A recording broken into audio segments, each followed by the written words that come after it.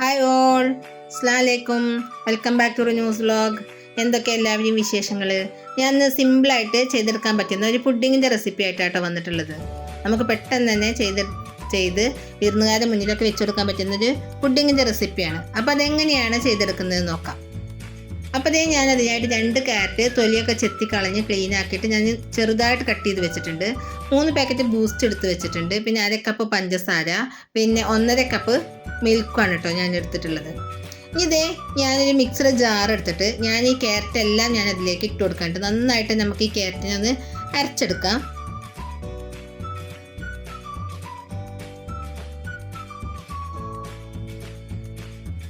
ഇനി ഇതിലേക്ക് 1/4 ഭാഗം പഞ്ചസാര, 1/2 കപ്പിൽ 1/4 ഭാഗത്തോളം പഞ്ചസാര ഞാൻ ഇതിലേക്ക് ഇട്ട് കൊടുത്തിട്ടുണ്ട് ഞാൻ അരച്ചെടുക്കാൻ വേണ്ടിയിട്ട്. ഞാൻ അരക്കാൻ ആവശ്യത്തിനുള്ള മിൽക്കാണ് കേട്ടോ ഞാൻ ഇതിലേക്ക് ഒഴിച്ചു കൊടുക്കുന്നത്. ഇതെല്ലാം കൂടി നമുക്ക് നന്നായിട്ട് തന്നെ ഒന്ന് അരച്ചെടുക്കാം. അപ്പോൾ ഞാൻ കണ്ടില്ല, ഇതെല്ലാം കൂടി നന്നായിട്ട് ഞാൻ അരച്ചെടുത്തിട്ടുണ്ട്. കട്ടയൊന്നും കെട്ടാതെ നല്ല ഫൈനായിട്ട് തന്നെ അരച്ചെടുത്തിട്ടുണ്ട് കേട്ടോ. ഇനി ഞാനൊരു പാൻ എടുത്ത് ഞാൻ അതിലേക്ക് ഈ അരച്ച ഇൻഗ്രീഡിയൻസ് ഇട്ട് കൊടുക്കുകയാണ് കേട്ടോ.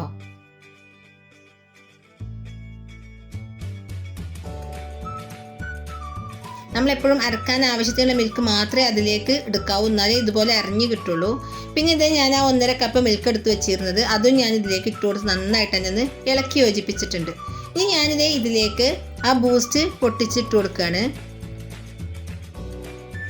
അപ്പോൾ ഞാൻ ഇതിലേക്ക് 2 പാക്കറ്റ് ബൂസ്റ്റാണ് ഞാൻ ഇപ്പോൾ പൊട്ടിച്ചിട്ട് കൊടുത്തിട്ടുള്ളത്. ഞാൻ 3 പാക്കറ്റായിരുന്നു എടുത്തിട്ടുണ്ടായിരുന്നത്. 5 രൂപേൻ്റെ ബൂസ്റ്റാണ് കേട്ടോ ഞാൻ എടുത്തിട്ടുള്ളത്.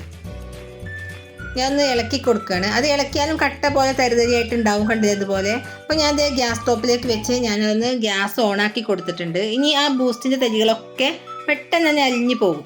അപ്പോൾ കണ്ടില്ലേ, പകുതി മുക്കാലും അലിഞ്ഞ് ചേർന്നിട്ടുണ്ട്. അതുപോലെ എല്ലാം അലിഞ്ഞ് ചേരും കേട്ടോ. ഇനി ബാക്കിയുള്ള പഞ്ചസാരയും കൂടി ഞാനിതിലേക്ക് മധുരം കുറവാണ് തോന്നിയപ്പോൾ അതും കൂടി ഇട്ട് കൊടുത്തിട്ടുണ്ട്. ഇതെല്ലാം കൂടി നമുക്ക് നന്നായിട്ട് തന്നെ ഒന്ന് വറ്റിച്ചെടുക്കാം. ഏകദേശം ആ ക്യാരറ്റിലെ വെള്ളവും ഒക്കെ ഒന്ന് വറ്റുന്നത് വരെയാണ് ഞാനിത് വറ്റിച്ചെടുത്തിട്ടുള്ളത്. പിന്നെ ഞാനൊരു പാത്രത്തിൽ 2 ടേബിൾ സ്പൂണാണ് കേട്ടോ കോൺഫ്ലവർ എടുത്തിട്ടുണ്ട്. അത് ഒന്ന് ഇളക്കി യോജിപ്പിക്കാൻ ആവശ്യത്തിനുള്ള മിൽക്കും ഞാൻ എടുത്തിട്ടുണ്ട് കേട്ടോ. അത് കട്ട കെട്ടാതിരിക്കാൻ വേണ്ടിയിട്ടാണ്. അപ്പോൾ ഞാനത് ഇളക്കി യോജിപ്പിച്ച് വെച്ചിട്ടുണ്ട്. ഇനി നമുക്ക് ഗ്യാസ് സ്റ്റോപ്പിലുള്ള പാനിലേക്ക് ഇത് ഒഴിച്ചു കൊടുക്കാം. അത് ഒഴിക്കുന്നതോട് കൂടി തന്നെ നമ്മൾ പെട്ടെന്ന് തന്നെ ഇളക്കി യോജിപ്പിക്കണം കേട്ടോ, അല്ലെങ്കിൽ അതിങ്ങനെ കട്ട പിടിക്കാൻ സാധ്യത ഉണ്ട്. തീ നല്ല സിമ്മിലാക്കിയിട്ട് വേണം നമ്മളത് ഒഴിച്ചു കൊടുക്കാനും. അപ്പോൾ ഇതുപോലെ ഇനി നമുക്ക് ആ കട്ട പോലെ തോന്നിക്കണതൊക്കെ നന്നായിട്ട് തന്നെ ഒന്ന് മിക്സാക്കി കൊടുക്കാം.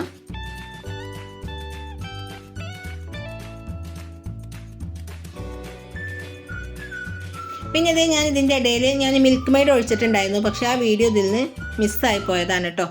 ആവശ്യമുണ്ടെങ്കിൽ മിൽക്ക് മെയ്ഡ് ഒഴിച്ചു കൊടുക്കാം. മധ്യത്തിൽ നമുക്ക് കുറച്ചൊന്ന് ആവശ്യം തോന്നുകയാണെങ്കിൽ. അപ്പോൾ നന്നായിട്ട് തന്നെ കണ്ടില്ല കുറുകി വന്നിട്ടുണ്ട് കേട്ടോ. ഇനി ഞാനൊരു പുഡിംഗ് ട്രേയിലേക്ക് ഇത് ഒഴിച്ചു കൊടുക്കുകയാണ്.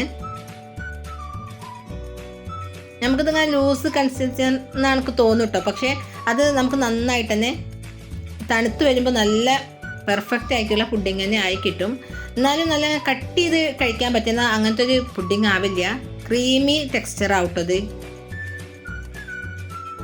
അതിലുണ്ടായിരുന്ന ബബിൾസൊക്കെ ഞാൻ പൊട്ടിച്ചിട്ടിട്ടുണ്ട്. അപ്പോൾ നമ്മളെ പുഡിങ് ഇതിവിടെ റെഡി ആയിട്ടുണ്ട്. ഇനി നമുക്കിത് ഫ്രിഡ്ജിലേക്ക് വെച്ചിട്ടൊന്ന് 3 മണിക്കൂർ, ഏകദേശം ഞാൻ 3 മണിക്കൂർ തണുപ്പിച്ചെടുത്തിട്ടുണ്ട് കേട്ടോ. അപ്പോൾ ഇത്രയേ ഉള്ളൂ എൻ്റെ വീഡിയോ. എല്ലാവരും വാച്ച് ചെയ്യണേ, ലൈക്ക് ചെയ്യണേ. പിന്നെ ഞാൻ ഡെക്കറേഷന് വേണ്ടിയിട്ട് ഞാൻ കുറച്ച് ബൂസ്റ്റ് പൊടി ഇട്ട് കൊടുത്തിട്ടുണ്ടായിരുന്നു കേട്ടോ. Thank you for watching.